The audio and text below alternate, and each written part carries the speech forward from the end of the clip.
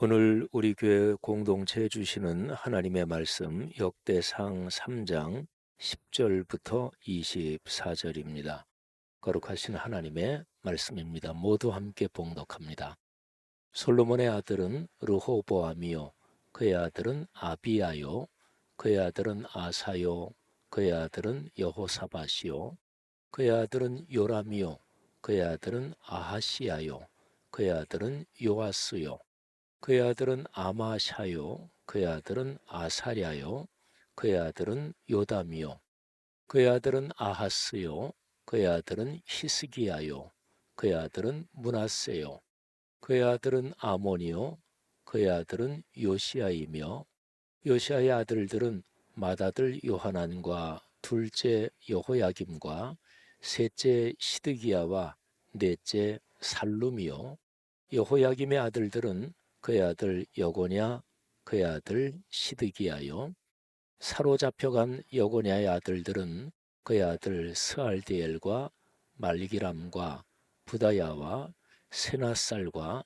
여가미아와 호사마와 느다아벼요 부다야의 아들들은 스룹바벨과 시므이요 스룹바벨의 아들은 무슬람과 하나니아와 그의 매제 슬로밋과 또 하수바와 오헬과 베레기야와 하사디아와 유삽 헤셋 다섯 사람이요 하나니아의 아들은 블라디아와 여사야요 또 르바야의 아들 아르난의 아들들 오바댜의 아들들 스가냐의 아들들이니 스가냐의 아들은 스마야요 스마야의 아들들은 핫두스와 이갈과 바리야와 느아리아와 사밧 여섯 사람이요 느아리아의 아들은 에료에네와 히스기야와 아스리감 세 사람이요 에료에네의 아들들은 호다위야와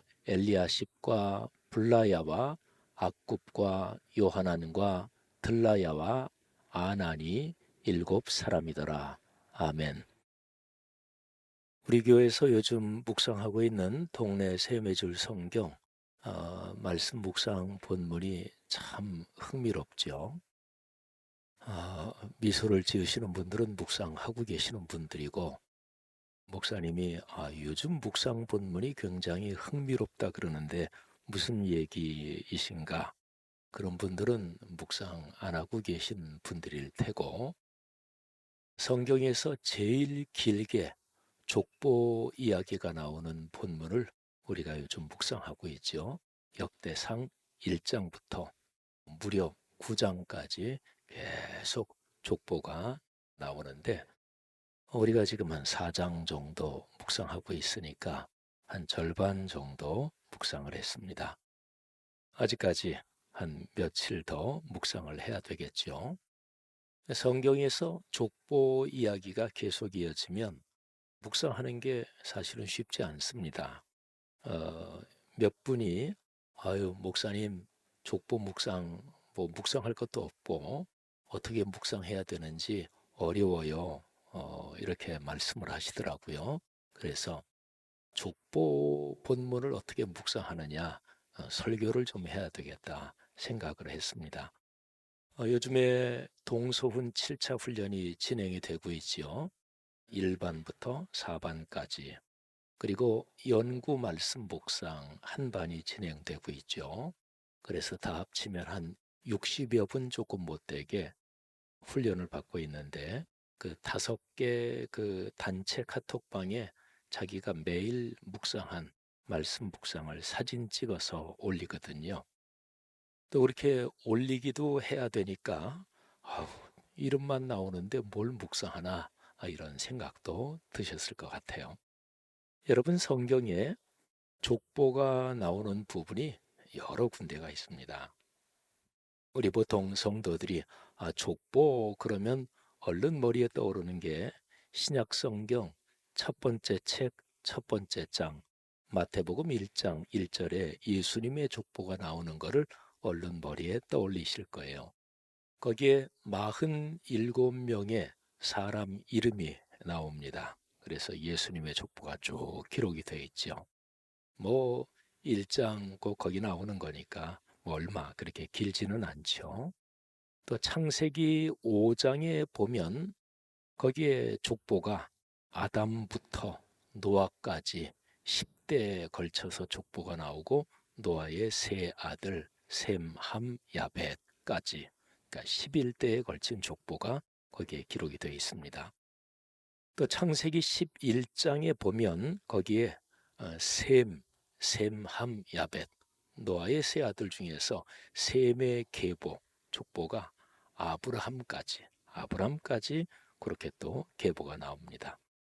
아무튼요, 성경에 보면 족보가 이러저러하게 나오는데 역대상에 있는 족보가 제일 깁니다. 1장부터 9장까지. 여러분이나 저나 마찬가지입니다. 저도 그 족보에 나오는 인물 한 번도 만나 뵌 적이 없고 여러분도 마찬가지고 아마 성도 여러분들보다는 제가 족보 본문을 이렇게 읽으면서 이 이름 가진 사람 하고서 좀 더 아는 그런 인물이 몇 사람은 더 되겠지요. 성경에는 족보 본문만 어려운 게 아닙니다. 말씀 묵상할 때 대표적으로 어려운 게 족보하고요. 그 다음에는 아마 성도님들이 성경 본문에서 묵상하기 어려운 게 무엇인가 하면 얼른 생각하시는 분들이 계실 거예요. 레위기가 27장까지 있는데요. 뒤에 제일 끄트머리 몇 장 빼놓고는 거의 대부분이 다 제사법, 제물은 어떻게 하고 또 먹는 음식, 또 생활의 청결, 의복, 병 이런 데 대해서 아주 상세하게 계속 나옵니다. 레위기 말씀도 묵상하기가 참 어려운 본문 중에 하나죠. 그리고 또 하나가 더 있습니다. 근데 출애굽기인데요. 출애굽기에 보면 하나님께서 모세에게 너는 성막을 이렇게 지어라. 그래서 성막에 대한 아주 상세한 얘기를 쭉 해주십니다. 하나님이 모세에게 말씀해 주시는 게 굉장히 길게 나와요. 출애굽기 25장부터 31장까지 나오니까 무려 7개 장에 걸쳐서 그게 나옵니다. 근데 한 번만 나오는 게 아니라 모세가 하나님께 들었지요. 그리고 모세가 들은 거를 그 장인들, 작업하는 사람들한테 전달하는 게 또 계속해서 나옵니다. 35장부터 40장까지. 이게 장수로 치면 13개 장인데요. 출애굽기가 40장까지거든요. 그러니까 전체 분량의 3분의 1이 모는 몇 규빗, 모에 연결해서 꽃 모양을 만들고 또 모는 금으로 하고 하여튼 이런 얘기가 3분의 1 계속 나옵니다. 묵상하기 참 힘들지요. 여러분, 이런 족보 본문 또는 제가 말씀드린 레위기나 출애굽기에 이런 본문을 어떻게 묵상해야 될까요? 자, 제가 몇 가지 중요한 방법을 말씀을 드리겠습니다. 먼저 첫 번째로 성경을 다 아는 사람은 없다. 이거를 잘 기억하셔야 돼요. 모든 성도들, 목사도 마찬가지입니다. 그러니까 성경은 평생 읽는 것입니다. 평생 묵상하는 겁니다. 그러니까 성경에서 잘 모르겠거나 이해가 잘 안 되거나 그러면 당연하지 이렇게 생각하고 그냥 넘어가시면 됩니다. 이게 첫 번째입니다. 그 다음에 두 번째는 66권 성경에서 특별히 중요한 본문이 있습니다. 예수님의 십자가 사건이라든지 창세기, 천지를 창조하시는 창세기 1장, 2장이라든지 하여튼 특별하게 중요한 본문이 있어요. 그런데 우리 생각에 그렇죠? 정확하게 우리 생각에 지금 내가 읽고 묵상하기에 이거 별로 의미가 없는 것 같다. 이런 것까지도 하나님의 말씀입니다. 그러니까 66권 전체는 다 하나님의 말씀이에요. 그러면 생각해 보세요. 불필요한 것을 하나님이 기록해 놓으셨을까요? 물론 하나님의 감동을 받은 그 사람들이 쓴 거고 성령이 감동하셨는데 필요하지 않은 것을 성경 안에 넣어놓지는 않았을 것이지요. 그러니까 66권 성경은 어느 부분이나 다 하나님의 말씀이다. 필요하니까 하나님께서 기록하게 하신 것이다. 이거를 꼭 기억해야 합니다. 어린아이가 자라가면서 엄마 아빠 또는 선생님, 어른들한테 이런저런 가르침을 받습니다. 근데 아이들이 생각할 때 또 우리 엄마 잔소리하네 이렇게 생각하는 때가 있죠.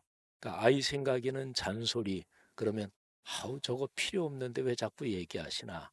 그러니까 아이가 보기에는 필요가 없죠. 그런데 엄마나 아빠가 보기에는 꼭 필요한 거예요. 이렇게 생각하시면 돼요. 그래서 성경은 족보 본문도 필요하니까 하나님이 기록해 놓으신 것인데 지금 내가 묵상하기에는 이게 무슨 뜻을 담고 있는지 모르겠다. 그래도 괜찮습니다. 자, 꼭 기억하실 거죠. 자, 그리고 아주 중요한 것 말씀을 드리면 말씀을 묵상하는 제일 중요한 초점이 무엇인지 이거를 정확하게 꼭 기억해야 합니다. 말씀 묵상의 본질이 무엇인가? 여러 가지가 있지만 다음과 같은 두 가지는 말씀 묵상의 본질은 아니에요. 중요하긴 하지만 제일 중요하진 않아요. 두 가지가.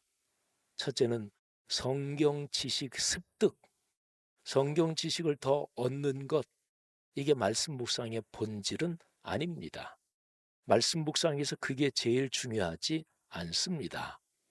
근데 우리는 누구라도 할 거 없이 말씀을 매일 묵상하고 또 묵상하지 않는 분이야 좀 다른데 매일 말씀을 묵상하고 또 어떨 땐 묵상하다가 쉬다가도 말씀 묵상해야지 적어도 말씀에 대해서 열정과 헌신을 가진 성도님들은 성경 지식을 좀 더 알기를 원하는 마음이 간절하죠. 그건 좋은 것인데 그런데 거기에서 함정이 있어요. 말씀 묵상에서 성경 지식을 더 얻어야지 이게 어느샌가 모르게 제일 중요한 자리에 올라서는 거예요. 그건 영적인 함정입니다. 그러니까 성경 지식을 습득하는 것이 말씀 묵상의 본질이 아니다. 가장 중요하지 않다. 요거고요. 또 하나 묵상 노트 기록이 말씀 묵상의 본질이 아닙니다.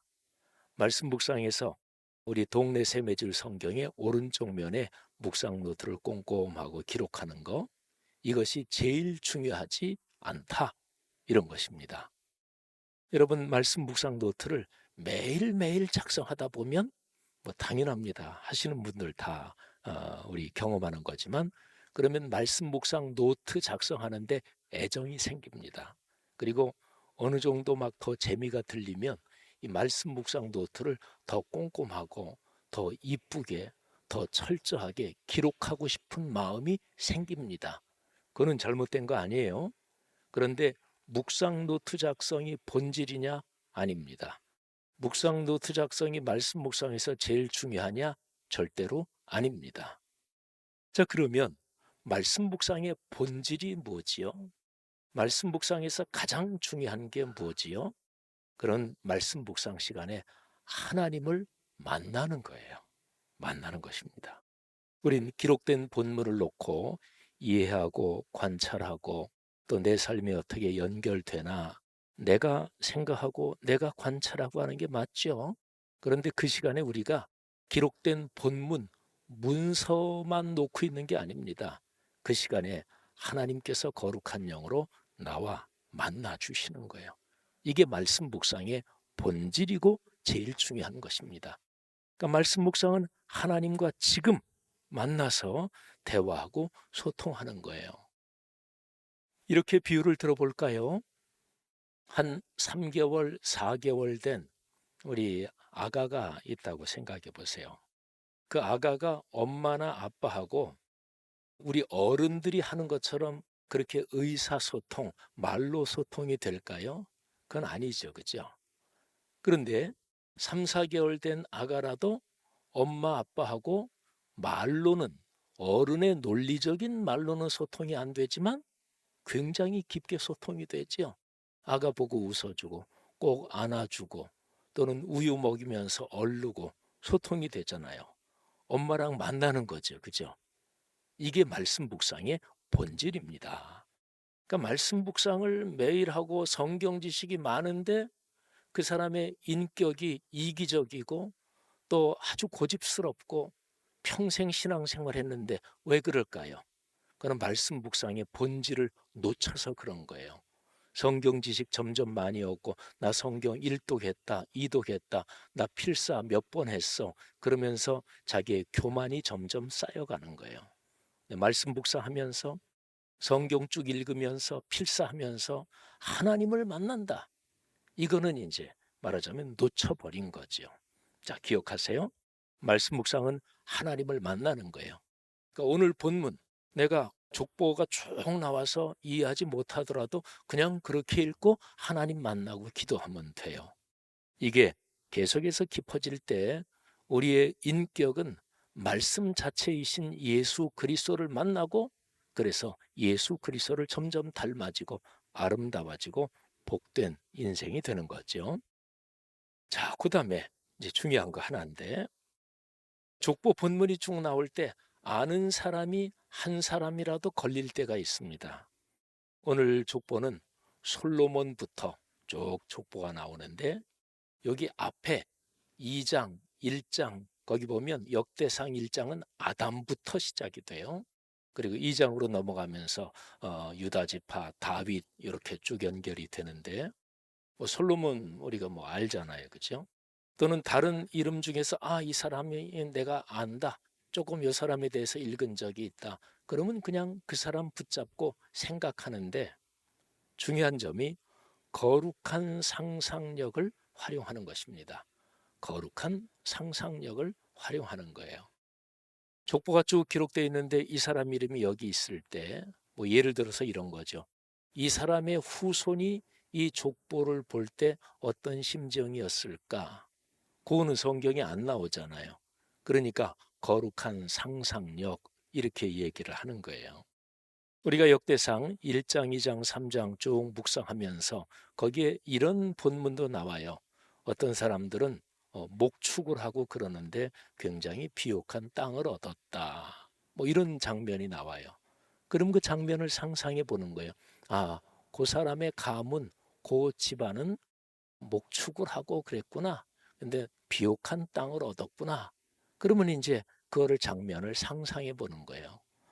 그 사람들이 그 땅을 발견하고 또는 싸워서 전쟁을 해서 차지하고 성취했을 때 얼마나 감사했을까?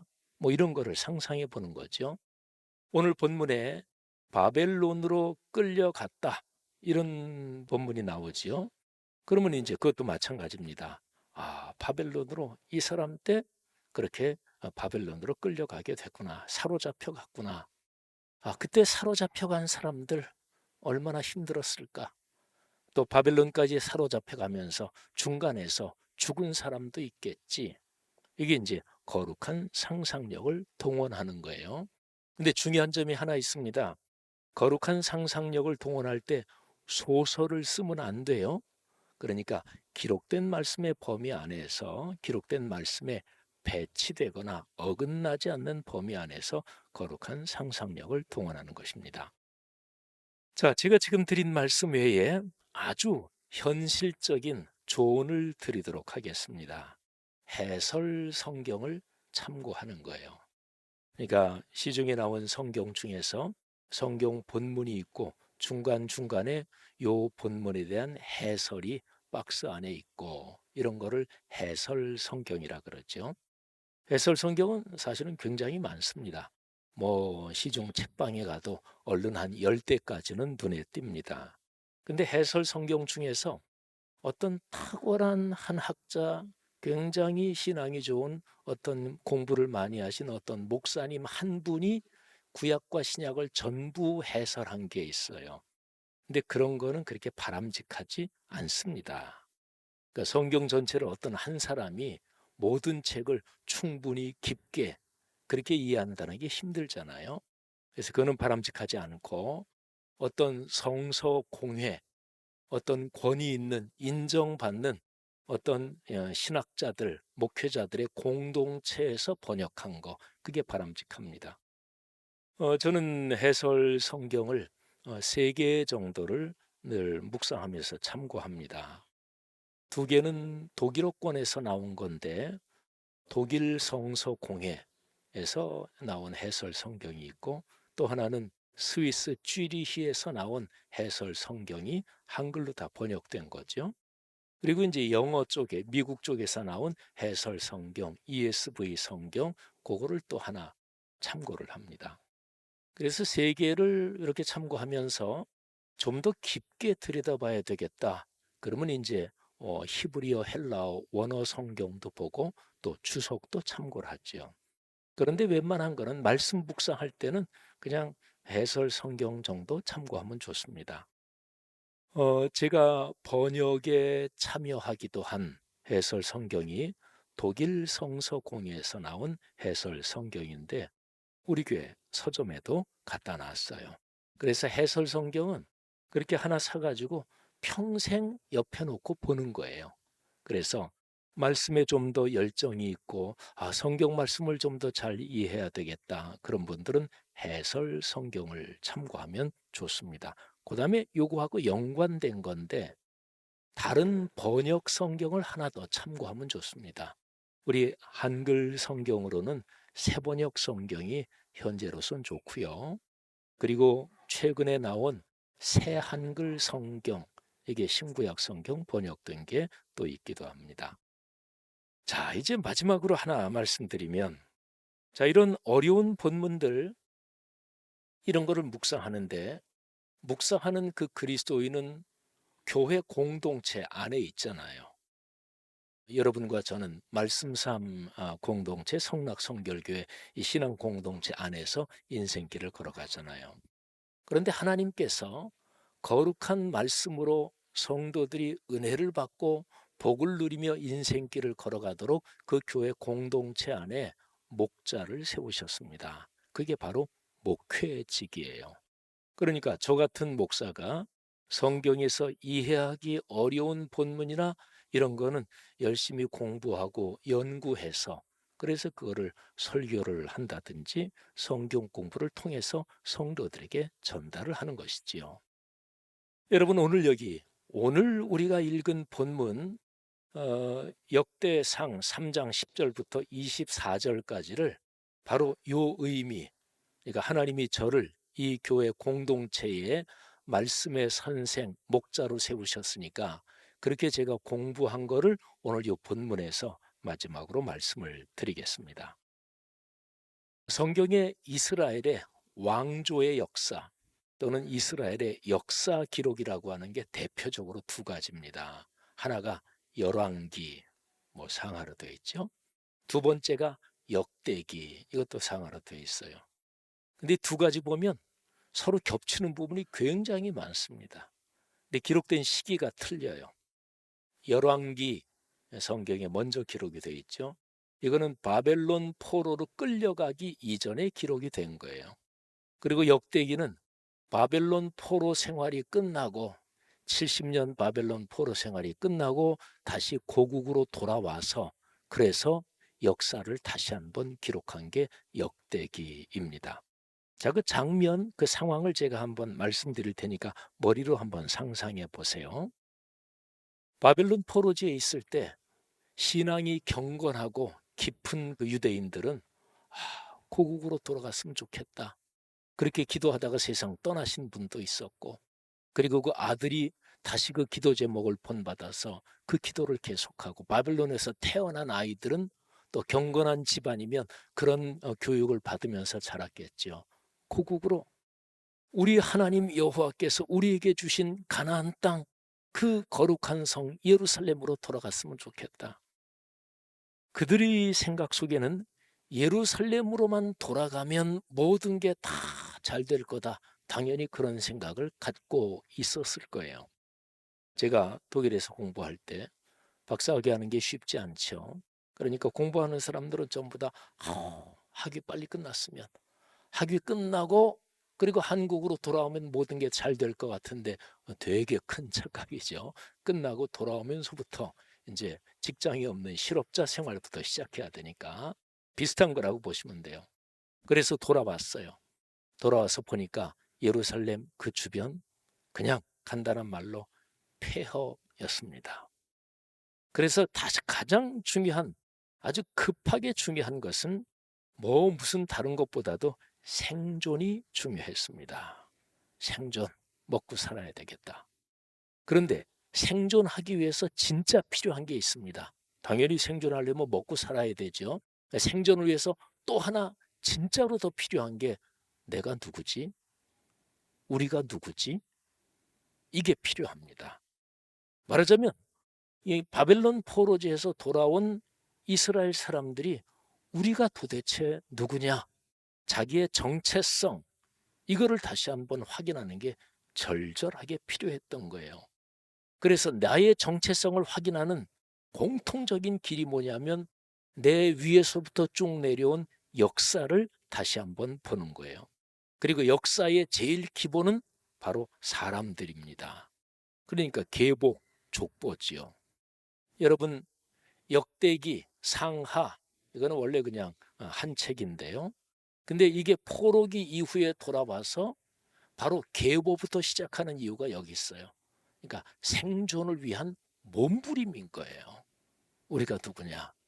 우리는 아담부터 시작해서 하나님이 천지를 창조하실 때 창조한 아담 쭉 이어져 내려오는 그 계보, 그리고 아브라함을 부르시고, 그리고 아브라함, 이삭, 야곱의 12 아들 중에서 신앙의 법통이 이어지는 유다 지파, 그리고 그 유다 지파에서 참으로 존경받는 다윗 왕, 그리고 솔로몬, 이렇게 이어지는 게 우리가 이런 사람이다.